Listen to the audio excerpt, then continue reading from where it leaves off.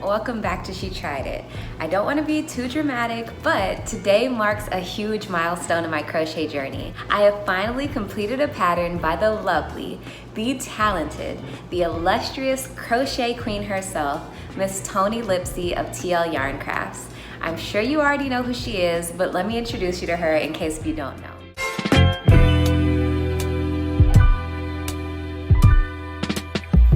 As you might know from my crochet journey video, I learned to crochet from a free class at the library. I remember walking into that class and I was the youngest person there, I was the only black person, and I was the only left-handed person. Needless to say, I stood out like a sore thumb. I don't know what it is about me, but standing out rarely makes me feel uncomfortable. However, it was obvious that someone in the group didn't fit, and that someone was me. I remember sitting next to all these white women, and we were all learning to crochet from this librarian who was also white.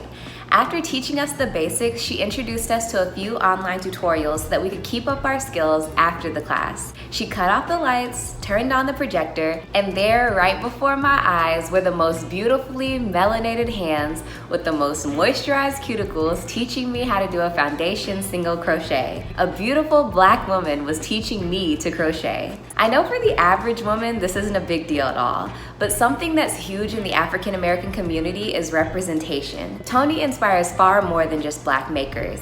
She is loved by makers of all ages, races, and genders. However, I feel like she touches the hearts of black crocheters in a very unique way. Toni gives hope to all the makers of color out there, like myself, that even if you don't see diversity, you can create it.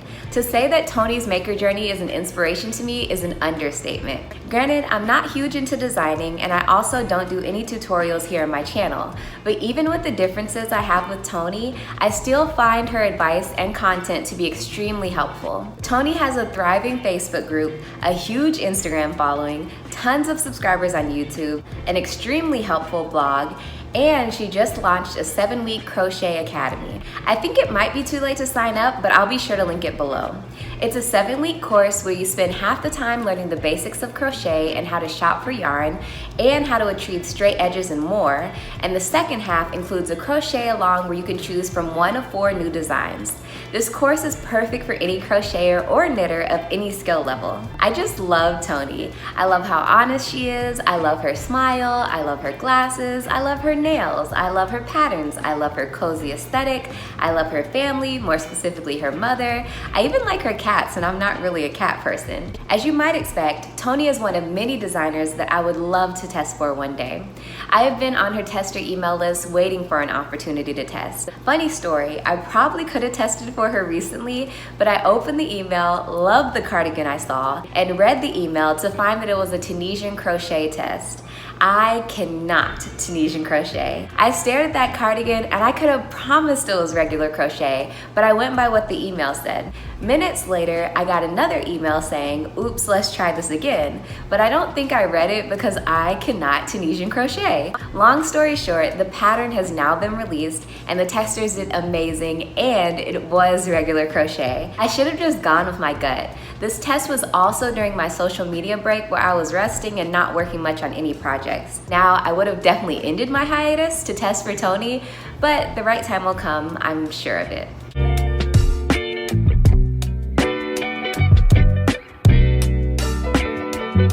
you might be thinking, well dang, you hyped up Toni so much in the backstory, what more can you say in the designer section? Like I said before, Toni is a crochet queen, and one thing about queens is that they rarely work alone. This pattern was actually designed by Elizabeth Moran, or E. Moran Creates on Instagram. I'll be sure to link all her information below. She is the first official member of the TL Yarn Crafts team. Elizabeth is a crocheter, knitter, designer, watercolor artist, instructor, blogger, wife, mother. Basically, Elizabeth is a queen as well. And when two queens link up, we get magic like the Roxy tank. Also, quick shout out to Toni's model. I don't know who she is, but she is gorgeous. Consistently seeing this woman on my timeline with her lovely natural hair literally makes my whole day. You know what? I have a sneaky suspicion she might be a queen also.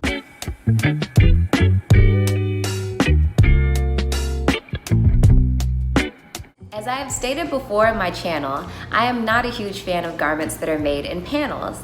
I make them and I make videos about them, and I might even love it when it's done. For cardigans or pieces I want to fit a bit looser, it's really not a big deal. But for fitted tops, I can get a way more accurate fit by using a raglan or a yoke. I think panel construction patterns are in such high demand because they're a bit easier, more customizable, and perfect for beginners. This pattern combines the two techniques. The neckline and the sleeves are created with the raglan construction, while the front and the back are panels that you seam together on the side. I love the way this top fits, and this neckline is to die for. I completed this pattern for the size medium and large. I know that's confusing, so I'll explain. When I made the neckline for the large, which is the size I need to fit my bust size, it came out to fit really low cut on me. If you've watched any of my Family Rates My Mix videos, you know that I have a very overprotective nephew that is very critical of the way I present myself online. Knowing that he will rate this top at the end of the year, I followed the neckline stitches for the medium. However, when I got to the separate panels that you seam together, I made enough stitches to follow the large so that it would fit around my bust. I know the neckline is still a bit low, but I'm hoping that my nephew will show me some mercy. This pattern was pretty simple and nothing too complicated. I think an advanced beginner could make this top. The hardest part, but definitely the most important part of this pattern, was the stitch along the bottom of the panels. It's called a twisted single crochet. It makes you do some hand movements that are insane, but it results in a very neat edge for your top. Also, Toni provides a great tutorial for this special stitch. I don't think I made any other modifications to this pattern, and if I did, it was so minor it's not worth noting. Like I said, two queens made this pattern. What could I possibly add to it?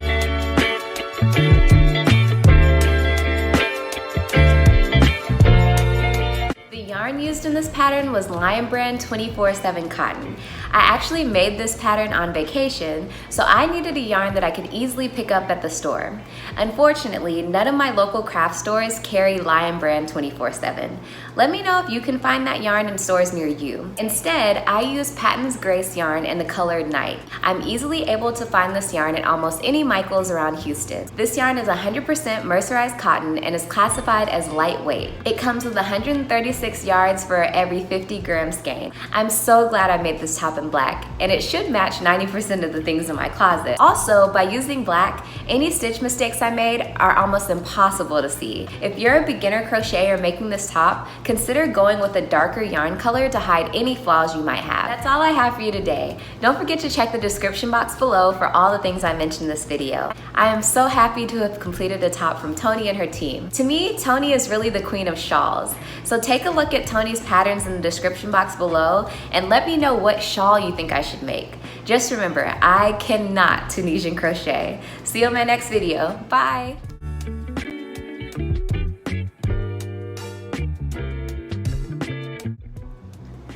Fun behind the scenes note, I'm actually deep conditioning my hair. I took out those twists, so excuse the hat. I feel like it's not like cute because you can't see the bun. I just look bald. Whatever. We good, we good. We're about to do our hair soon, so it's gonna be fine.